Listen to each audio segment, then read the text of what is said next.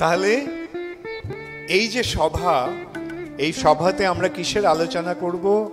আমরা এই সভাতে আমাদের যে প্রকৃত স্বরূপ, সেই স্বরূপ সম্বন্ধে আলোচনা করব। যারা সেই আলোচনা করতে পারে, যারা সেই আলোচনা বুঝতে পারে, তারাই হচ্ছে সভ্য এবং তাদেরই মানব জীবন সার্থক হয়েছে। তাহলে এখন যদি আমি প্রশ্ন করি, আচ্ছা আমি আরেকবার যাচাই করে নিতে চাই, আপনারা কে কে মেনে নিয়েছেন যে আপনাদের স্বরূপে আপনারা আত্মা? খুব সুন্দর। কিন্তু এখন যদি আমি প্রশ্ন করি, এই শরীরের সঙ্গে আত্মার সম্পর্কটা কিসের, কিরকম? এই শরীরের সঙ্গে আত্মার সম্পর্ক আছে?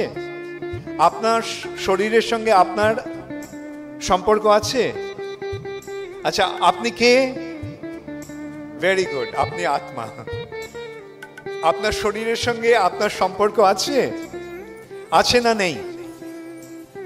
আমি শুনতে পাচ্ছি না। আচ্ছা আমি প্রশ্ন করব, কে কে মনে করেন যে আপনার শরীরের সঙ্গে আপনার সম্পর্ক আছে? হাত তুলুন। খুব ভালো। সেই সম্পর্কটা কিরকম?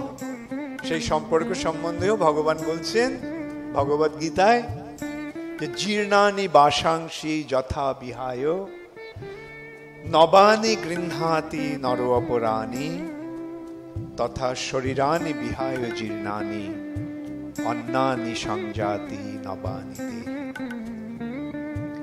জীর্ণানি বাসাংশি, বসন, বসন মানে বস্ত্র, কাপড়, পোশাক। জীর্ণ মানে পুরনো হয়ে যাওয়া। পোশাকটা যখন পুরনো হয়ে যায়, কাপড়টা যখন নোংরা হয়ে যায়, তখন আপনাকে সেই কাপড়টাই পরে থাকেন? কাপড়টা পুরনো হয়ে গেলে, নোংরা হয়ে গেলে সেই কাপড়টা পরে থাকেন?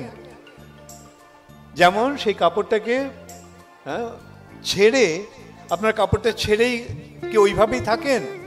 না কাপড়টা ছেড়ে একটা নতুন কাপড় পরেন, অন্য কাপড় পরেন, তাই না?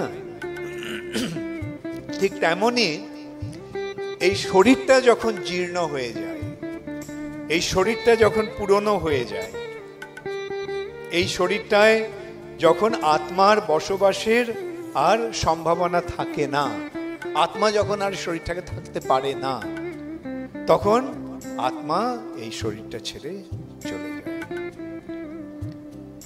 এবং তখন কি করে? সে আরেকটা শরীর ধারণ করে। নবানি গৃহ্ণাতি নর অপরাণি, আরেকটা নতুন শরীর ধারণ করে। তাহলে এখানে আমরা কি জানতে পারলাম? আমাদের শরীরের সঙ্গে আমাদের সম্পর্কটা কিরকম? আমরা যে কাপড়টা পরে আছি সেই রকম, তাই না? কাপড়টা কি আমি? এই যে কাপড়টা আমি পরে আছি, এটা কি আমি? যে কাপড়টা আপনারা পরে আছেন সেটা কি আপনি? তাহলে আপনি কে?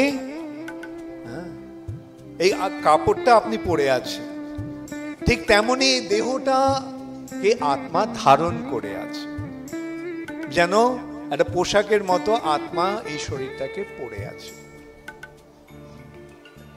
তাহলে এখন বোঝা গেল আত্মার সঙ্গে শরীরের কি সম্পর্ক, বা উল্টোভাবে বলবো আমি, শরীরের সঙ্গে আত্মার কি সম্পর্ক।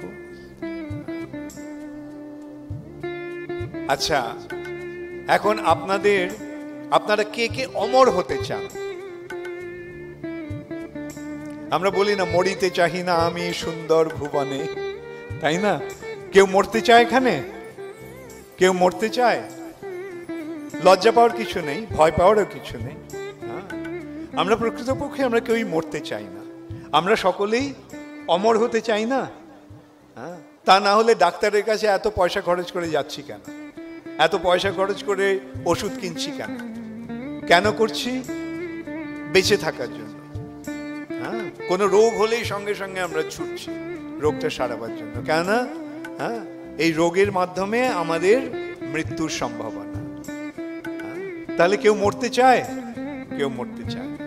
অর্থাৎ সকলে অমর হতে চায়, সকলে অমর হতে চায়।